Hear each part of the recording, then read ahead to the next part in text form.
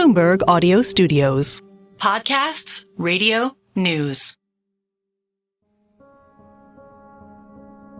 For somebody like me who has lived 40 years in Gaza, and I know every street in Gaza, when I look at the pictures of the neighborhoods, I hardly recognize them due to the scale of destruction. Faris Alghoul is a Bloomberg reporter from the Gaza Strip. That's where I was born. That's where I grew up. He's been living in Canada since July 2021 and is covering the war from his home there.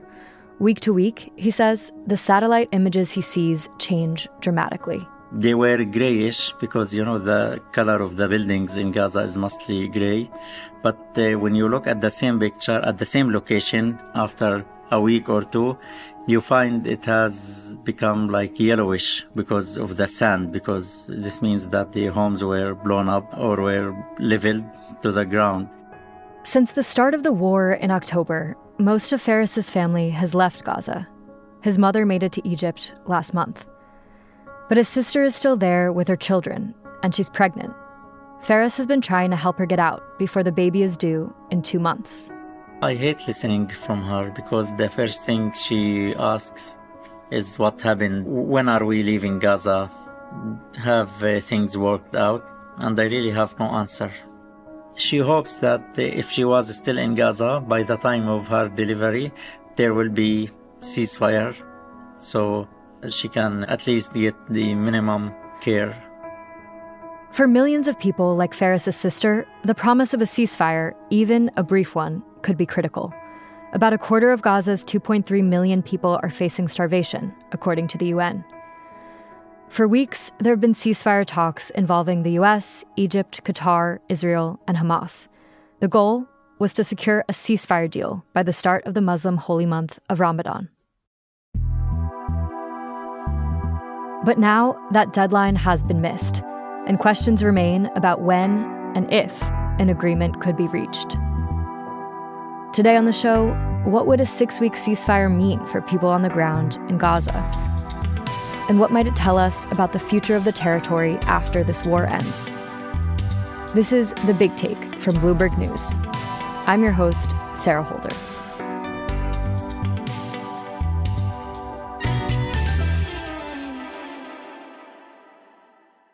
Sunday marked the beginning of a Ramadan that will be very different for the people in Gaza this year. Mosques are usually full with people. The month is marked by festivities, by family gatherings for large meals. All these things are unattainable in Gaza these days. The White House had hoped to reach a deal in time for Ramadan. It happens to be a time when passions, political, religious, nationalist, often run high.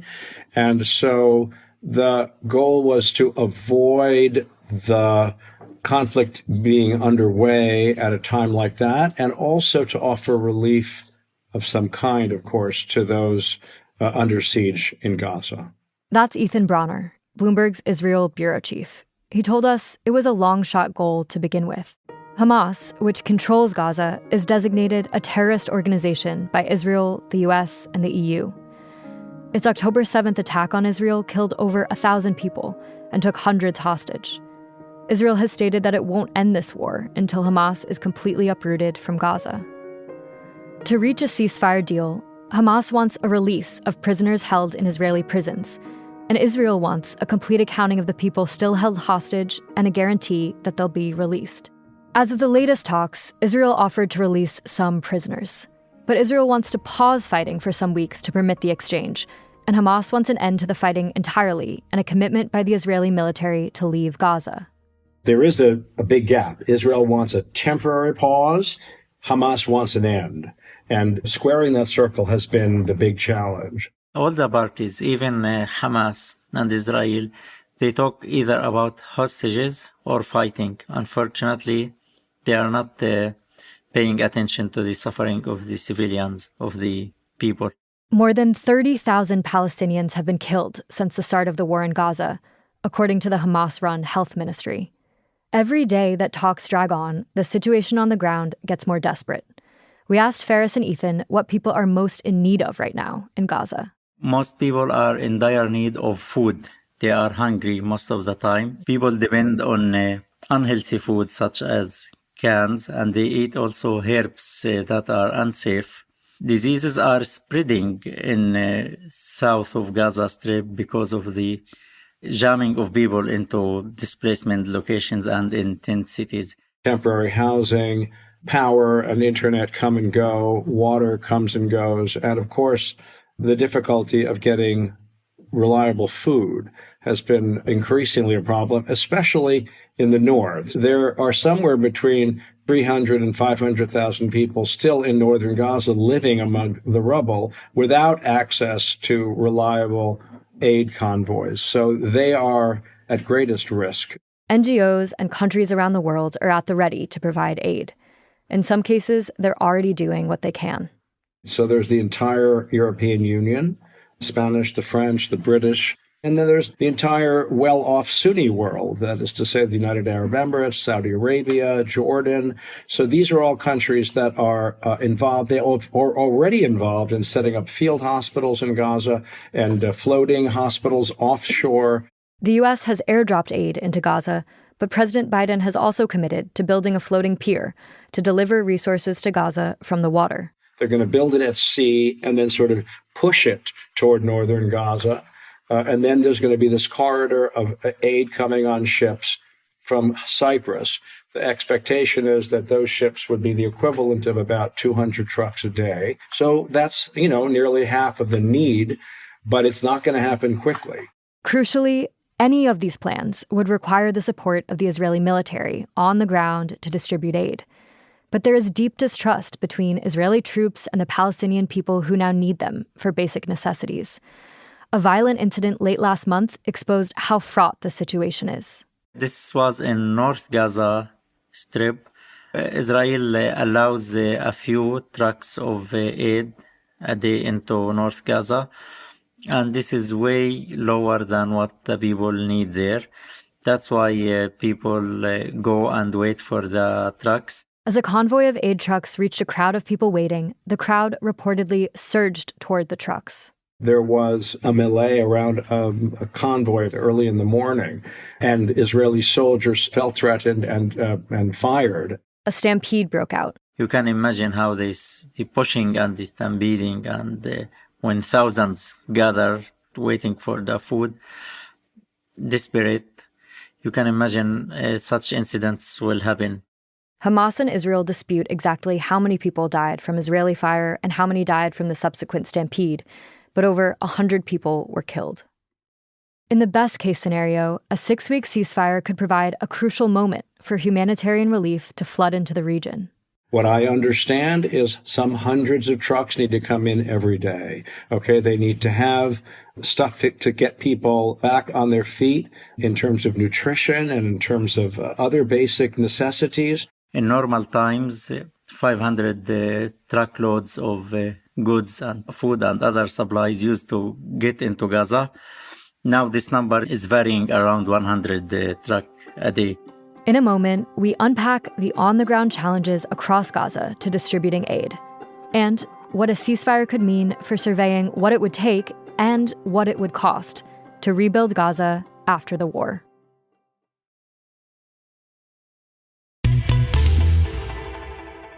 The deadly incident in Gaza City in late February revealed how desperate the situation on the ground is, and also how reliant people in Gaza are on the Israeli military to distribute aid. And it's hard to overstate how fraught that dynamic is. First of all, many Israelis do not see taking care of Palestinian civilians as their responsibility, Ethan says. After October 7th, which was a deeply traumatic day for Israelis, there's not a great deal of patience for that conversation in Israel today. And in fact, one of the slightly shocking things being here is how little attention the misery in Gaza has drawn in Israel. It's almost never on the front page. It's never on television, and it's just there's a war from their perspective because there are 100+ hostages still held there, and there's still just an incredible amount of emotional and political damage that this country is undergoing and feeling as a result of that attack. But even if Israel wants as little involvement as possible, it controls what goes in and out of Gaza, and increasingly how aid moves through it. Faraz and Ethan helped us trace the complex path of relief aid into and through the country. The aid flows into Gaza through Israel and Egypt. In North Sinai in Egypt, the Egyptians have opened an airport there, and dozens of cargo airplanes and military airplanes land in the airport in Al Arish, and they send the aid to Gaza through trucks. On the Egyptian side, the lines of trucks waiting to enter Gaza are too long that they reach 2 kilometers of length. The dispute between the Israelis and the international aid organizations over who is responsible for the lack of sufficient aid. The aid organizations say that Israel has imposed a series of security checks that have been prohibitive in getting the stuff in. If you talk to the Israelis, they will tell you that they are able to scan 44 trucks an hour. The trucks that are stuck on the border are not their fault. It's because of the other side. Once aid trucks make it into the territory, they face roads turned into rubble and a lack of local security forces. In previous wars, Hamas helped to distribute aid during ceasefires. Usually when there is a ceasefire, Hamas police forces will go back into action. They will oversee and guard the aid convoys. But during this war, Israel does not want Hamas to help distribute aid. So one of the problems is that the entire social structure and political structure in Gaza is run by Hamas and has been run by Hamas. And Israel considers those people who work for Hamas legitimate targets. So when some convoys began to come in and former Hamas police officers were involved in guarding them and so forth, the Israelis took those people out, pushed them aside, and said, you guys are Hamas people, you're not going to do this. The result is that aid isn't reaching the people who need it most. Young men, some armed, some not, are most likely to get a hold of stuff, whether it's dropped from the air or comes in by truck, and those who are frail and elderly and children are least likely, and of course they're in greatest need. And so the Israeli military on the ground has had to be part of bringing these supplies to people. You can't ignore the fact that they are the ruling force on the ground, and it is therefore their responsibility, I think, morally and legally, to make sure that the aid gets to the people who need it. Israel does have international aid organizations it could theoretically partner with during a ceasefire, but there are complications there too. There's an enormous amount of bad blood between UNRWA and Israel. The United Nations Relief and Works Agency, UNRWA, is one of the key partners bringing aid to Palestinians on the ground. A few weeks ago, the Israeli government alleged that some UNRWA staffers were involved in the October 7th attacks. We're talking about 10 or 12,000 or 13,000 employees of UNRWA, and we're talking about, I think, a dozen or 20 known cases. So it's not overwhelming. But because of the bad blood, cooperation is going to be hard. And there are a bunch of UNRWA staffers who were killed in Israeli bombardments in the first weeks of this war, some very large number. So cooperation is going to be hard, but vital. And it needs to involve UNRWA staffers, UN staffers, and ICRC staffers, Red Cross, and other normal international organizations. The best case scenario for Palestinian civilians trying to survive this war is that a 6-week ceasefire deal happens and it holds. And in that time, as aid workers tend to immediate nutrition, housing, and medical needs, there might be a chance to assess the damage to the entire territory and to start to consider what it would take to rebuild it. The 6 weeks may be enough only to assess the level of destruction, the scale of destruction. That's it. So it's not enough time to rebuild. Some Gazans estimate that if you let in heavy machinery and the workers and money to start rebuilding, you need at least 3 years just to remove the rubble, to collect the rubble before starting actual rebuilding. Confronting that timeline brings us back to a fundamental question about a ceasefire. How long could it hold? One of the goals of the international community in creating the 6-week pause is to sort of hope to build on it and to sort of get everyone to calm down and to allow for this to keep going as then to have another pause and to effectively create a day after situation. Whether there's a 6-week thing and then another part of the war and then an end to the war, or a 6-week thing that begins the end of the war right away, there are a whole series of plans that are out there being discussed in the U.S., in the Arab world, and here in Israel about how to rebuild Gaza. They are very complicated, years-long plans. Looking ahead, Faraz, do we have any sense of what it would take in terms of money and resources to truly rebuild Gaza after this war? For this to happen, the blockade must be lifted in Gaza, and the blockade cannot be lifted if Hamas is to remain in power. The blockade Faraz is referring to is an Israeli government-controlled restriction on what goods and materials can come into Gaza. Given the impact and the scale of the destruction, in order for a successful rebuilding process, all crossing points need to be open to operate 24 hours a day without any restrictions. The blockade has to be removed, and billions of dollars need to get into Gaza in the form of construction materials, heavy machinery to start rebuilding. And all of this cannot happen without an agreement on the day one, the day after the war. We don't know who will run Gaza after the war. It isn't clear what most Palestinians on the ground want in terms of post-war leadership.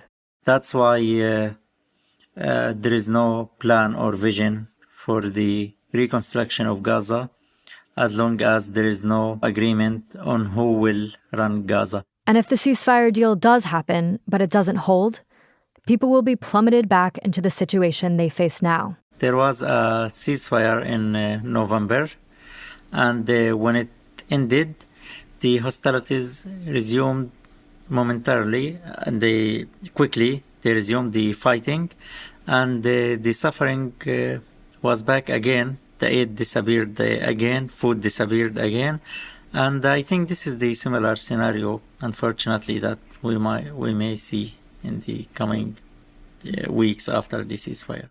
Meanwhile, Faraz says his sister, like so many Palestinians, is trying to figure out contingency plans for her health and safety.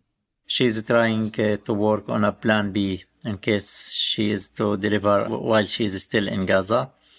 I'm talking to a doctor there to see if he can help in case of emergency. And she's moving next week to stay at other friends who live closer to the hospital. Well, my thoughts are with her and with your whole family, and we really appreciate you bringing us that personal story because I know it must be hard. Yeah, it is indeed. So thank you so much. I appreciate it. Thank you so much. Thanks for listening to The Big Take from Bloomberg News. I'm Sarah Holder. This episode was produced by Julia Press and Alex Sugiura. It was edited by Caitlin Kenny and Naomi Shavin. It was fact-checked by David Fox and Julia Press. It was mixed by Alex Sugiura. Our senior producers are Naomi Shavin and Jill DiCarli. We get editorial direction from Elizabeth Ponso. Nicole Beamsterboer is our executive producer. Sage Bauman is our head of podcasts. Thanks for tuning in. We'll be back tomorrow.